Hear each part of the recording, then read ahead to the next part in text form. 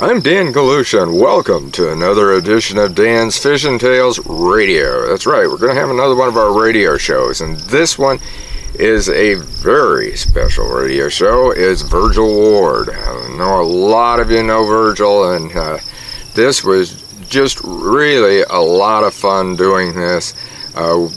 It was broken up into two segments. We're going to put it into one complete show of Virgil talking about, well, whatever. He's got all sorts of experiences, one of which was when he won the World Championship and how he did that. Quite interesting, actually. It's also in the video. I mean, watch the documentary that we produced on the life of Virgil Ward called The World of Virgil Ward, and you'll be seeing the same explanation in that. So sit back and enjoy this with Virgil Ward. I'm Dan Galusha, and welcome to another edition of Dan's Fishing Tales. You know, and a lot of times I've always said I've got a special guest for you this week. Well, I do. I've got the top legend in the industry, Virgil Ward, so stay with us, and we'll be back right after these messages.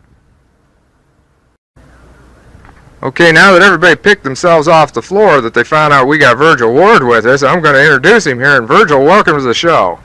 Well, thanks, Dan. You asked me a while ago about how we got started in the lure business. And the lure business, of course, led to the TV business. We were in the appliance business for a while, and thought that we would do a little fishing on the side. And my son Bill and I headed for Bull Shoals. At the time, Bull Shoals was real hot for big bass fishing. And we tried some new lures, new to the lake and new to us, and a lot of other people had used them in saltwater, but we tried some big jigs, feathered jigs, and we got down there and we were really pleasantly surprised with the results from those jigs. We got our limit of big bass, and in those days everybody used to keep all the fish that they caught. Thankful that it's different from that now, because we wouldn't have any fish left. But we caught all but one, I think, of our limit. We had them tied around the boat on different stringers because they were real big bass. They would average over 6 pounds apiece. And we heard a boat coming closer to us, and it was one of those still days, and you could hear people talking above the roar of the motor, and one of them said, "Look at that boat," referring to us. Said they've got a dozen minnow buckets tied around that boat. And they came on a little bit closer, a little closer, and the guy cussed a little bit. He said, "Those are not minnow buckets, those are fish." And man, they came right up against us, you know, and they started talking about fish and wanted to know if we could, what kind of lures we used, and whether we would sell them some or not. I said, "Well, we don't sell them, we just, we're in the appliance business, not tackle business." But I said, "We'll give you one as soon as we get our last fish here, so we'll have our limit." And it wasn't 5 minutes till my son Bill pulled in a big bass, about a 5 or 6 pounder. We gave them three lures that we had left. Judge Green from Springfield, Missouri was one of them. And the judge called the next morning, well, that night, before we left, he told us that he had never caught a bass over 4 pounds. And the next morning he called and he said he'd caught a 6 pounder. And he said, I want a dozen of those lures. And I said, well, we don't make lures to sell, really, but I said, if we made lures for you, those kind of lures for you, they cost $1 a piece. Well, back then, $1 was a big price to pay for a jig. He said, well, send me a dozen, or send me 2 dozen. And we did. We went ahead and made the jigs and sent them to him, and he was real happy and caught a lot of bass with them. But that kind of got us back in the lure business. We'd been in it once and hadn't been able to make a living at it. Wasn't doing it right or something. In fact, we were making wooden lures, and we had to use a lot of paint, and it cost so much by the time we got the lure made. We had more in it than we were charging for them, and he had to give it up again. But then we started back in the jig lure business, and we got it going pretty good, and it kept growing and growing, and eventually we sold the sold the lure business to Johnson Wax Company at a pretty good price. And as far as getting into the TV fishing business, we were having a little problem moving some of our lures, and we had some competition from a fellow that was on television, and he was pushing another kind of lure. So I thought, well, maybe there's some way I can get in television and advertise our lures. So I was lucky enough to get one of the people with the Missouri Conservation Commission down in Springfield, Missouri, to let us make some movies, fishing movies, and show on their show. They had a 30-minute show each week. I think it was on Sunday, fishing show. And eventually, we worked with them for about 2 years, maybe 3.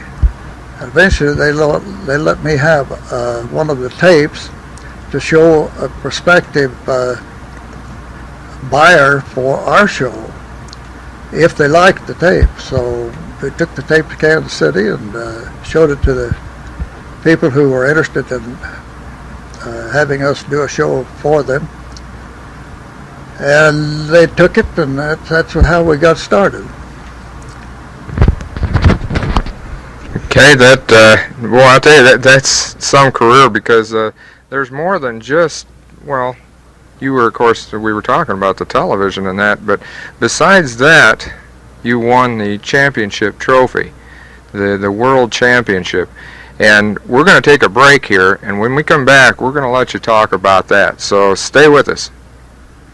Okay, we're back here with Virgil, and this time we're going to be finding out about this World Series tournament that he was in. This was quite a deal. He won the World Championship, and first he's going to tell you about that, and then we're going to be talking about what he did about flipping a coin. I know that sounds a little strange, but he's going to be going to that as well. Virgil, just what was this tournament? This was the World Series of sport fishing, Dan, and it was a little bit different than what they have today. It was more...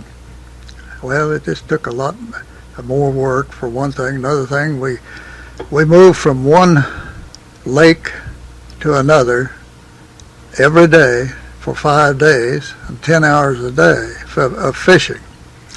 There were about 3 species that we could catch and count. The largemouth bass counted 5 points a pound. The smallmouth, or the white bass, counted 2 points. Crappie counted 2 points. And naturally, we went for largemouth if we could find them. But on the first day of this tournament, the water was muddy on Grand Lake, and it looked like it'd be absolutely impossible to catch a largemouth bass. And most of the fellas, including my son, were going after white bass. You could catch more of them, and actually, the day was over, you'd probably have more points than you would on black bass. But I knew that if I could catch quite a few black bass, that I'm pretty sure I could catch white bass. And I forgot something. In this tournament, there were 40 state champions. There were about 20 guides, professional guides, that we were up against, and a lot of lure makers. That's how we got in. We were lure makers at the time.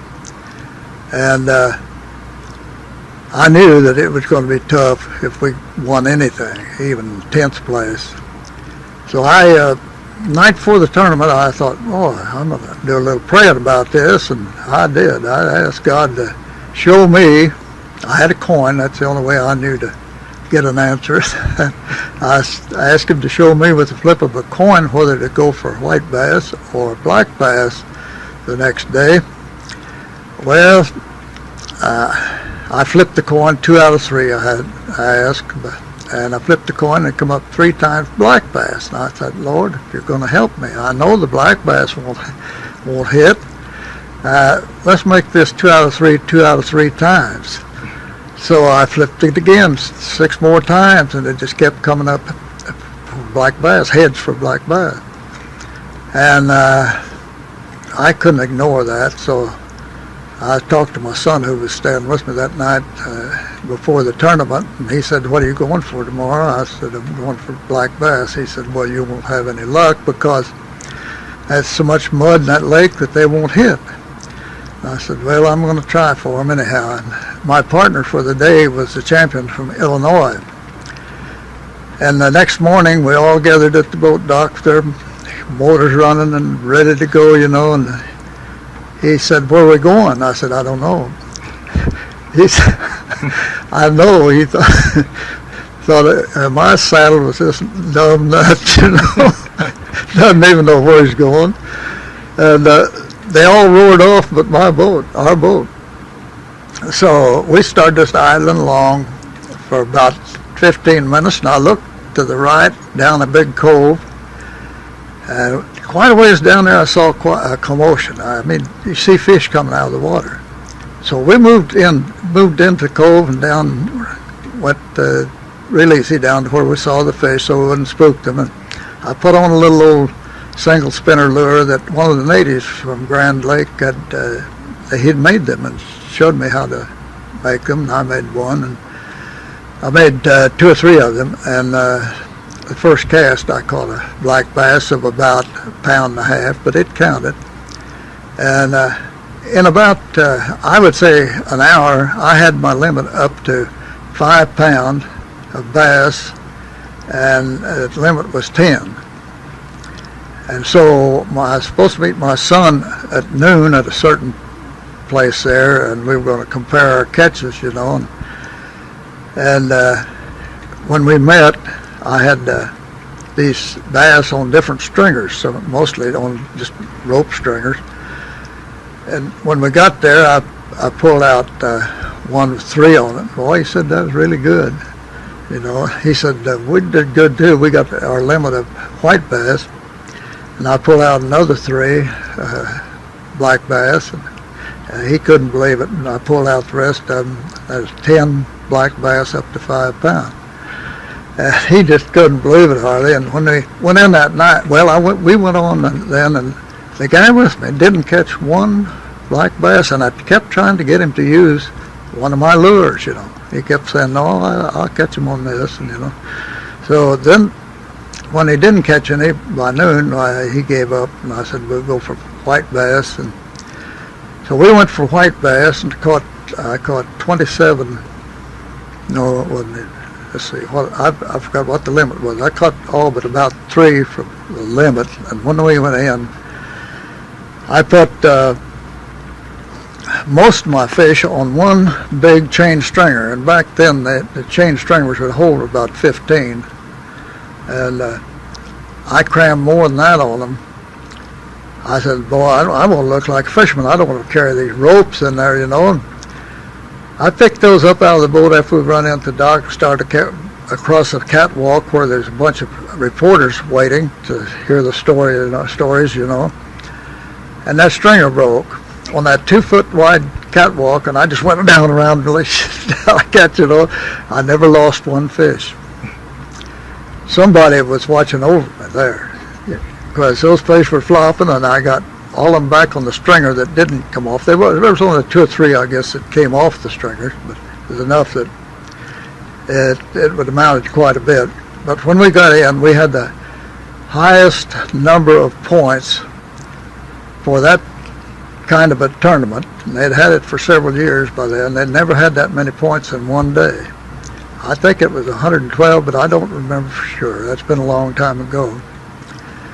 But that was 1962, wasn't it? Yeah, it was way back there in '62. But back then, tournaments were more rugged. More people come in from various countries. There were people there from Central America, from Mexico, from up in Canada, and people there from England. They had a lot of competition. Of course, they have a lot of competition today, and I realize these bass fishermen today, I couldn't hold a candle to them, and probably couldn't then. But I felt pretty good about it because of winning that tournament. I got a lot of people interested in me advertising for them, and as a result of it, really that really helped me to get a fishing show going, TV fishing show going. And I'll tell you what, the Lord has been good to me, because I never was much of an expert, but he helped me get a TV fishing show together that lasted 25 years until I retired, and 21 of those years it was #1 in the rating service across the nation, the whole nation. And one year we were top of the syndicated chart. There were 400 shows on that chart, and we were #1. And that's a pretty good honor. It sure is, I'll tell you. And Virgil, I know there's a lot of people out there in our audience that would like to be sitting right here with me right now, and to be able to call you a friend, because through the years that we've been friends, I figured you as one of my top ones on this industry. I mean, it's just been super to being able to know you. And a lot of people, they all ask me, how old is Virgil? You want to give me your age? I'm 87 years old, and I still like to get out there and fish, get around good, and I feel like I was maybe 60, maybe, not over. In fact, Virgil and I was out there fishing today, and we caught a few bass. Very tough fishing, though, wasn't it? Oh my, the lake was muddy, the waves are rolling, and you couldn't hold a boat still. It was terrible, and that's the least I ever caught out of that little lake, 3 fish. Yeah, I'll tell you, it was tough. They're hitting on spinner baits, but you'll have to listen to fishing reports to hear some of that. Well, Virgil, we're just plain running out of time, and I want to thank you for being with us. Thank you, Dan. And until next time, get out there in the water and enjoy a great day of fishing. Boy, I tell you, that brings back memories. I really liked Virgil. He was a great friend. I always called him my father of the fishing industry.